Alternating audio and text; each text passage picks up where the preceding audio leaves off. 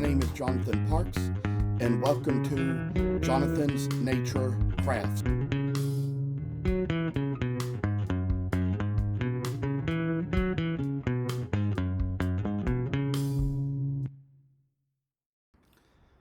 I must inform you that I do not live in this house by myself, but live here with other people.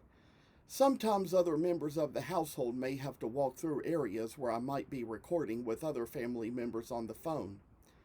If you hear any noise like that, please feel free to disregard. We are doing our best to get noise canceling equipment, which may at least keep you from hearing exactly what is being said. Thank you for considering. I come on here to say that seems like this has kind of come off as a better week, and I've been just kind of carving a few more things, and ever since last weekend when I did all the videos where I showed you all the ways I priced things, it was probably just a little bit more than of a week than I could probably have time to get on to carve. But I do want to say that there's a certain thing I finished today. I went over to my Woodcarvers Guild meeting and got done with this little horse here. There had been a couple of these I had recently carved out from genuine mahogany and already sanded and oiled them. They got their price tags on them. Next thing you know, it's probably going to be time sooner or later to get these ones I made from African mahogany done. I've already gotten done with the carving part of one today, but then I decided since I already got that far on one, I'd go ahead and kind of get out the other one to start to carve and kind of just get a little bit of extra work done into it. And I say, for one thing, that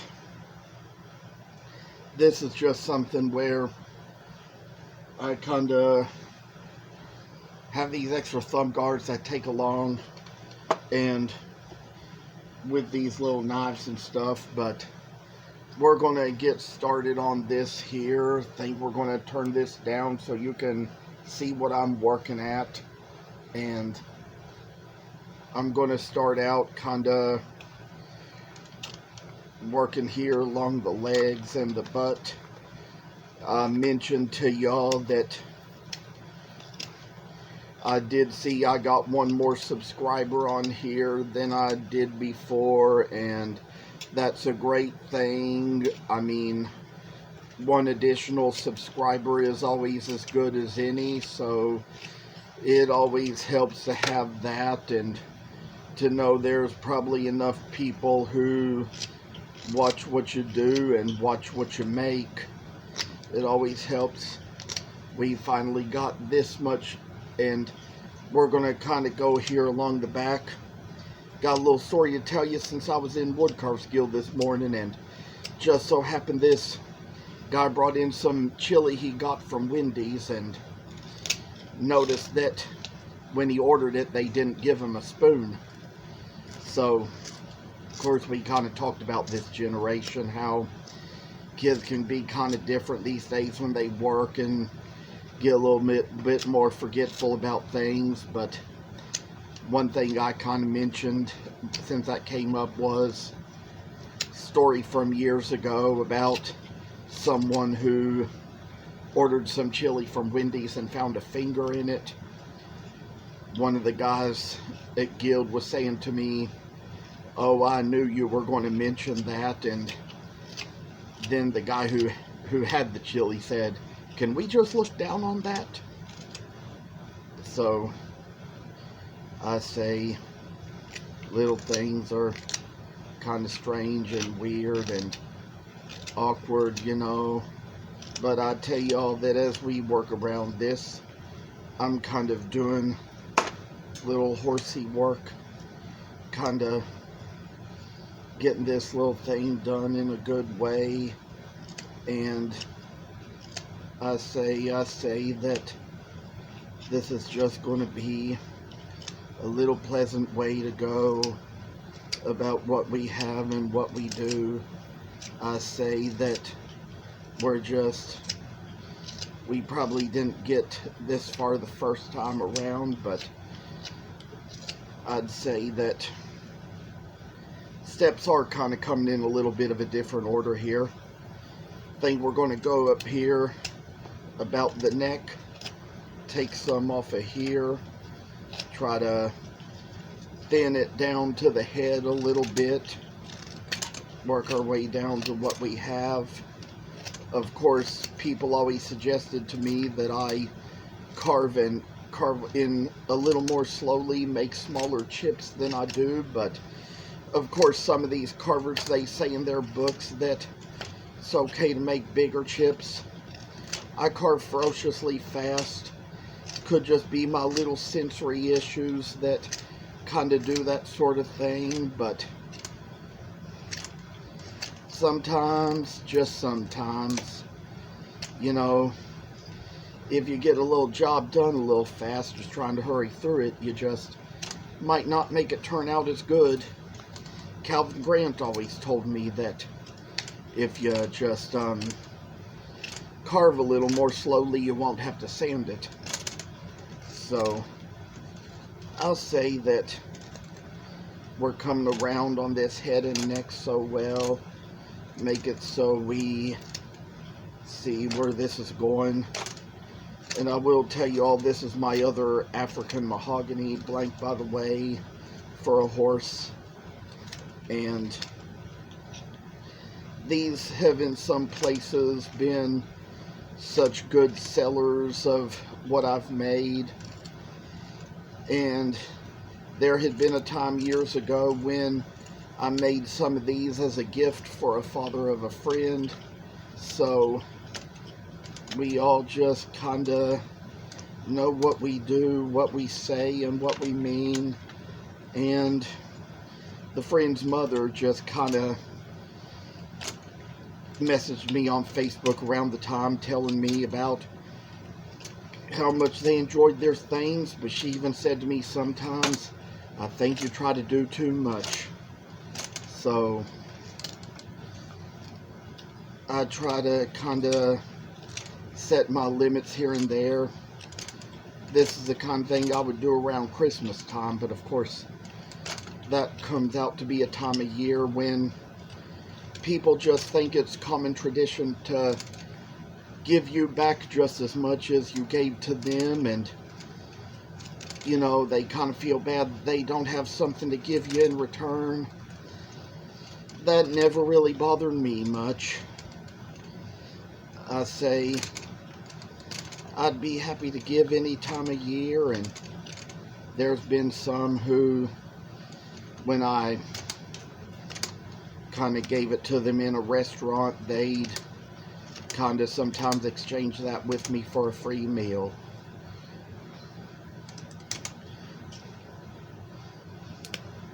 But this is just the kind of thing which, since I do it for gifts as well, could probably do it to kind of make some money too.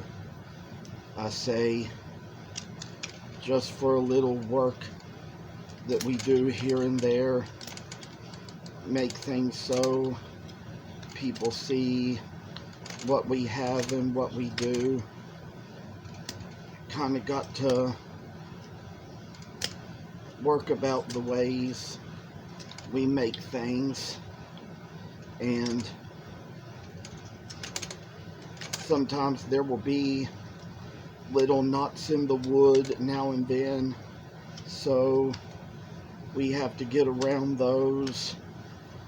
Even at times, you know, they say to carve against the grain rather than with the grain, so that can be a little bit of an issue here now and then, but we know that we're kind of making it so we're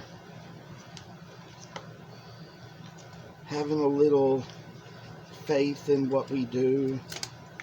Oh gosh, the work is just a little ways, make so we see all these things we do.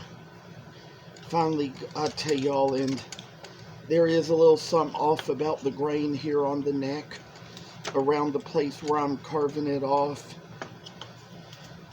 A little chipping off, can kind of do a little here and there, make it so things can come out a little plainer and easier. And I say that there's been some cases where here in Kentucky, with it being the horse capital, horses are just a good thing to carve, a good seller around here. But I say that when you go out west, there's probably many more horses out where they have those rodeos and things.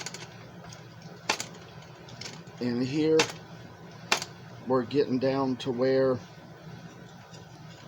we can almost see the difference in the grain. And as for this, we've got little lines we carry through, making it so the horse is going to be the best it's going to be for me and you, for us, for all the people we know. I say sometimes,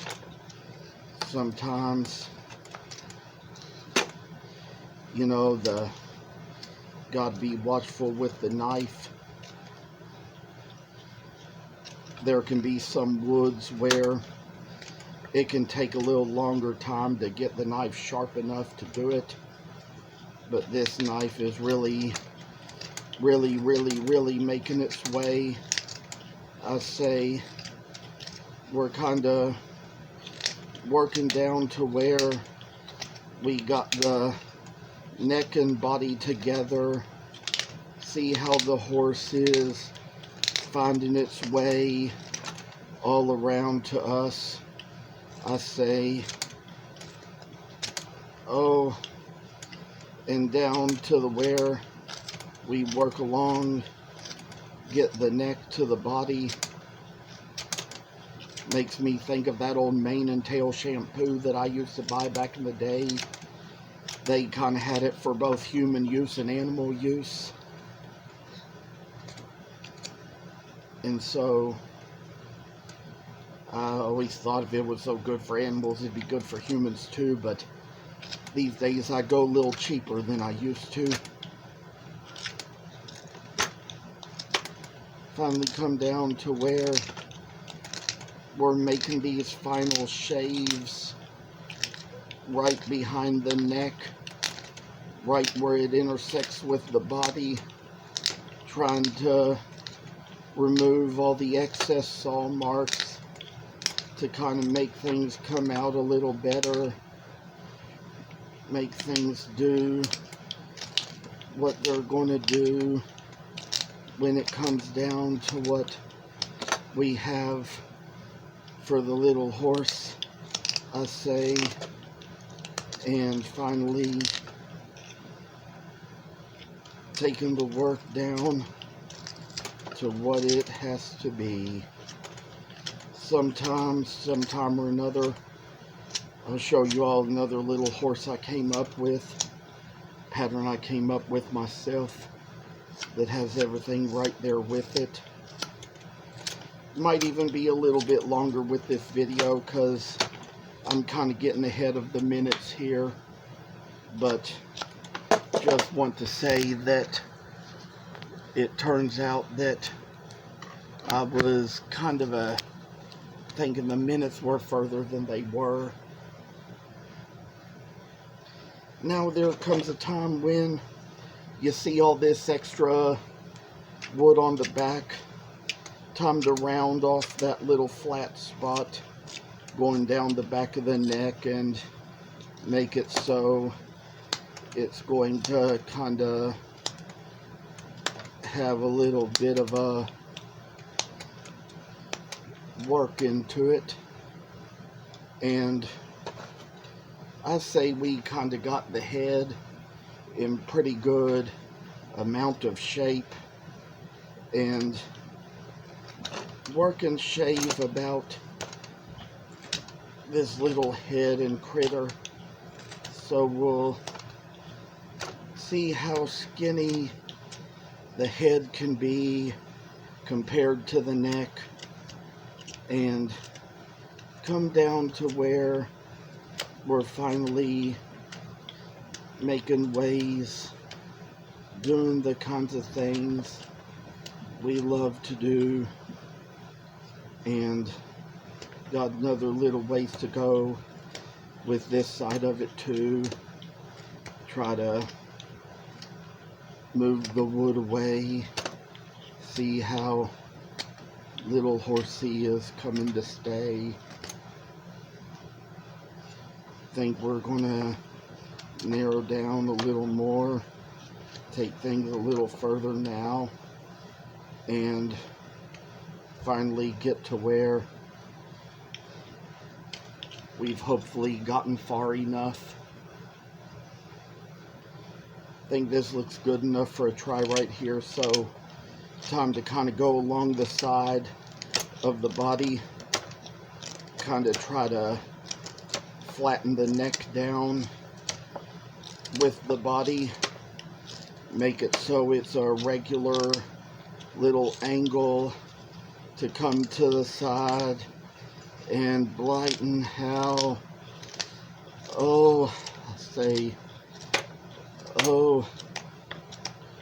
work shall become good as new when we make what we make of it, I say. And little horsies, just like they are out on the farms, and all the little wild horsies too, zebras and mustangs and everything that lives wild, I say.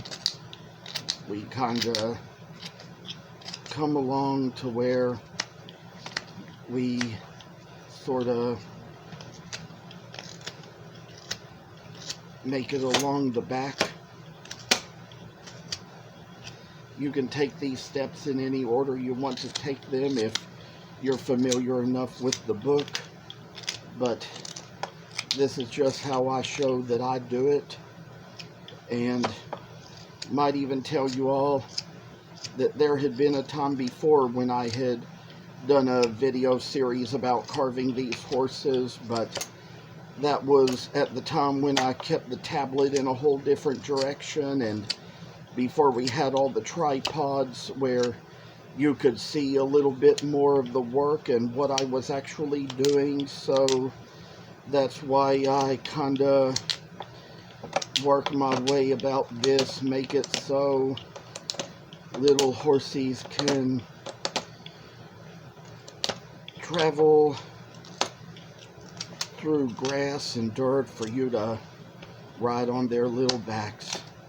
Oh, to think about whenever I took a horsemanship class back in 1994 when I was 14 out at Masterson Station Park, rode on the backs of those horses and kind of learned a little bit how to kick to make them move, and kick fast, harder to make them run, pull on the reins and say whoa to make them stop. I say that, I just kind of always wanted to kind of overdo things with those poor horses, but you know, we all kind of had to stay together and kind of do things the best way we needed to do them, best way we could, and always had all the good little amounts of help that we needed. Oh, and how the class did so good, so much I wanted to learn about the rodeo horses and things like that. So much I'll have to share as we go along, but as for now, coming further away, we got a little more to take off the back now, and about to be done pretty soon. And as we work about this, got a little bit extra wood to remove. To think about how the horses were good in our days and made things better for us all the time. Oh, I tell you, I've heard stories about people who had them on their farms and people who fell off of them. Sometimes don't think too much of the story about time when Superman fell off of one and you know what happened. But I'd say now it's getting about time we can be done with this video. Got some scraps to clean up before I go on to make the next one, and hope you all are having a very good and blessed day. Thank you for watching. Hope you enjoyed the video. And if you haven't already, please subscribe to the channel. I hope to see you in the next video. Stay tuned.